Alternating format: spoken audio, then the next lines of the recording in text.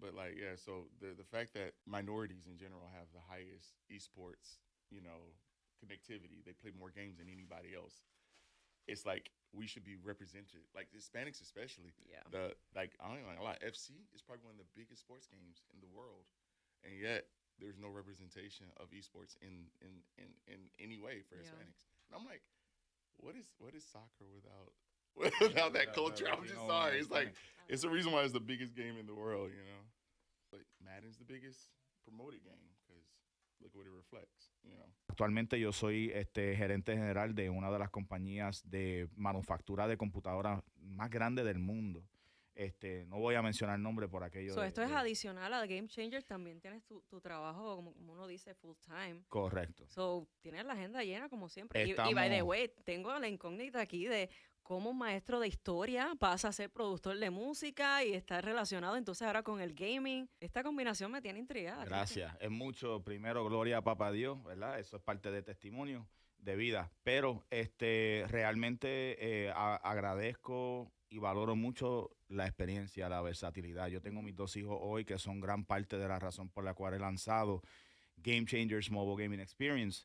Y parte de lo que trato de inculcarle a ellos es que vivan la vida, porque tenemos altas, tenemos bajas, tenemos oportunidades para aprender, gente que conocer. Ujú. Y yo estoy continuamente frente a superintendentes, directores de tecnología, llevando la visión de cómo la tecnología complementa la educación y puede transformar esa experiencia. Como hablamos offline, Ujú. la atención hoy en día está por el piso. Y las redes sociales nos ha puesto en el lugar en donde tenemos entre 2 a 3 hasta 4 segundos máximo de atención Ujú. antes de pasar al próximo contenido. Y El scrolling. eso, Continuamente scrolling, scrolling, scrolling. eso ha provocado un reto a la hora de cómo mantener la atención del estudiante, particularmente de todas las edades, en un salón de clase.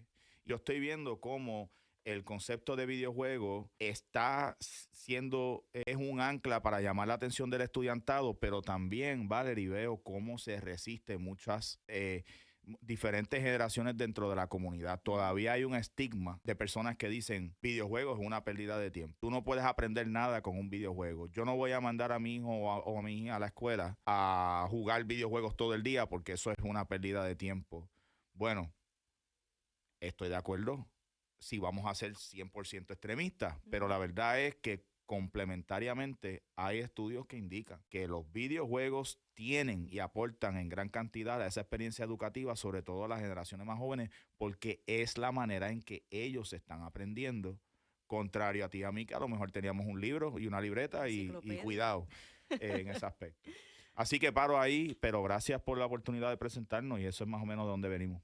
Oye, Cristian, gracias por el cafecito primero que todo. Y para serte honesto, no me preparé como debí porque lo quise hacer on the spot, porque eso es cosa de pasión e interés. Ujú. El juego que a mí, yo tengo dos memorias muy claras en mi mente que inculcaron esto de gaming que se ha vuelto parte de mi vida en muchos aspectos. Número uno, Tu abuela.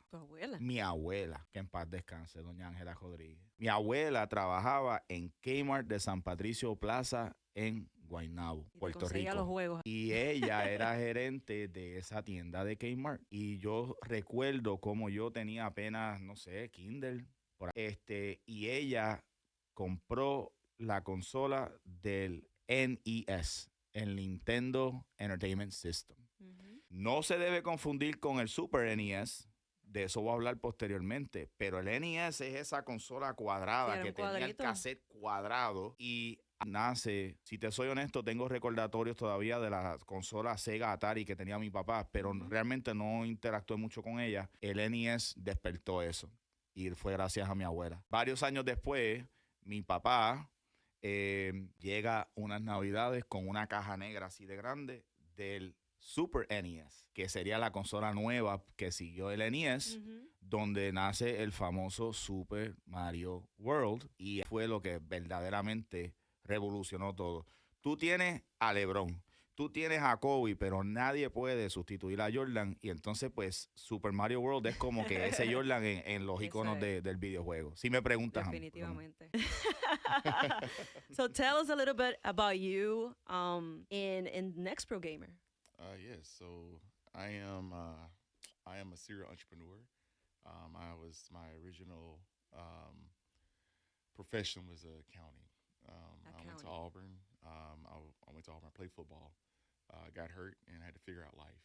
And it led me down a pathway of figuring out what I'm going to do to take care of myself, take care of Yes. myself. So one of the things that we did traditionally, though, throughout the entirety of my journey, is there was always video games present, no matter what I did. Even when I was a little kid, I had the Sega Genesis.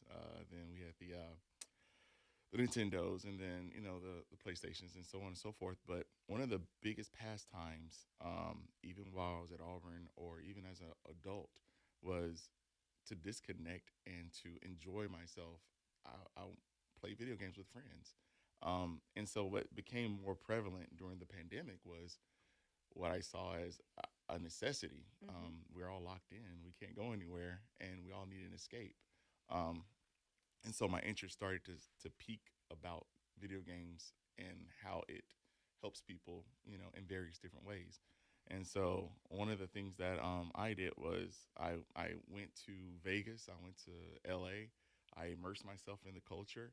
And what's crazy is one thing that's been prevalent in the culture is, and it's a reason why I think that it's the epicenter was in LA and Vegas, is that there was a huge Hispanic population there, and but unfortunately it's underrepresented in Yep. esports, and that was an alarming thing to me then. And so I went from, oh, I love esports and it's this blossoming thing, but where's the representation for everyone that is involved?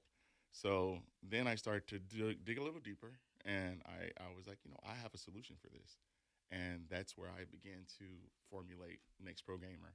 It was originally called something else, of course, Okay. and there was if we had more time, there's a lot of, if I ever have a biography, there'll be some juicy details in there. It's not Well, going to be like I Facebook, like juicy. I like juicy. Yeah. So yeah, there were a couple of bumps in the road. A couple of people who did not stay with the vision, but we're here today, and the vision is actually coming to fruition. So So we talk I did. about a little bit about culture. Like people is like, what are he talking about? So what are you talking about? Where you come from?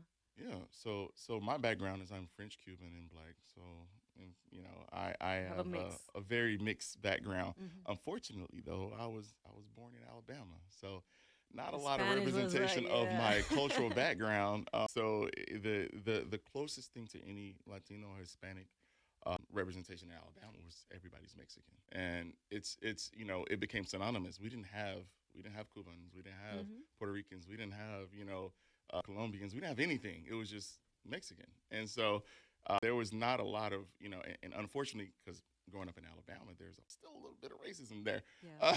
So I got to Unfortunately. see it. Yeah, unfortunately, it's still Alabama at the end of the day. I love that I was born there, but it comes with a lot of negativity. So I got to see firsthand how not only Black people were treated, but also Hispanics, and it really was disheartening. So when one of the biggest games is FC, I mean, how could we not have representation at that point? So yeah, Yes. so my background is definitely various, and it comes with the scars of growing up in that culture. I think bred strength in the end of the day. So So for Pero todavía me, habla español. sí, no, créeme que estoy, ¿Poquito? yo estoy poquito, haciéndole la poquito. camita. Tranquilo, Cristian, tranquilo. Que el español va a salir en algún momento. It's interesting because I've been telling my people that comes here to talk to me and with me, is how at some point and in some way we all related. Like a week or two ago, I was talking to Martin Gramatica, also from the NFL, Mhm. from the Buccaneers, and I was talking to him and how related are we, even though, he's a football player, but he has struggles. I have struggles in my life. We've been trying different jobs. Now, once again, you were a player, something happened, you had to change your vision and look for something else. And that's how life is. Like you have something in front of you, but then you don't know if that thing is gonna stay there forever, or then tomorrow oh my God, I have to change. What am I gonna do? Yeah. And finding purpose in my culture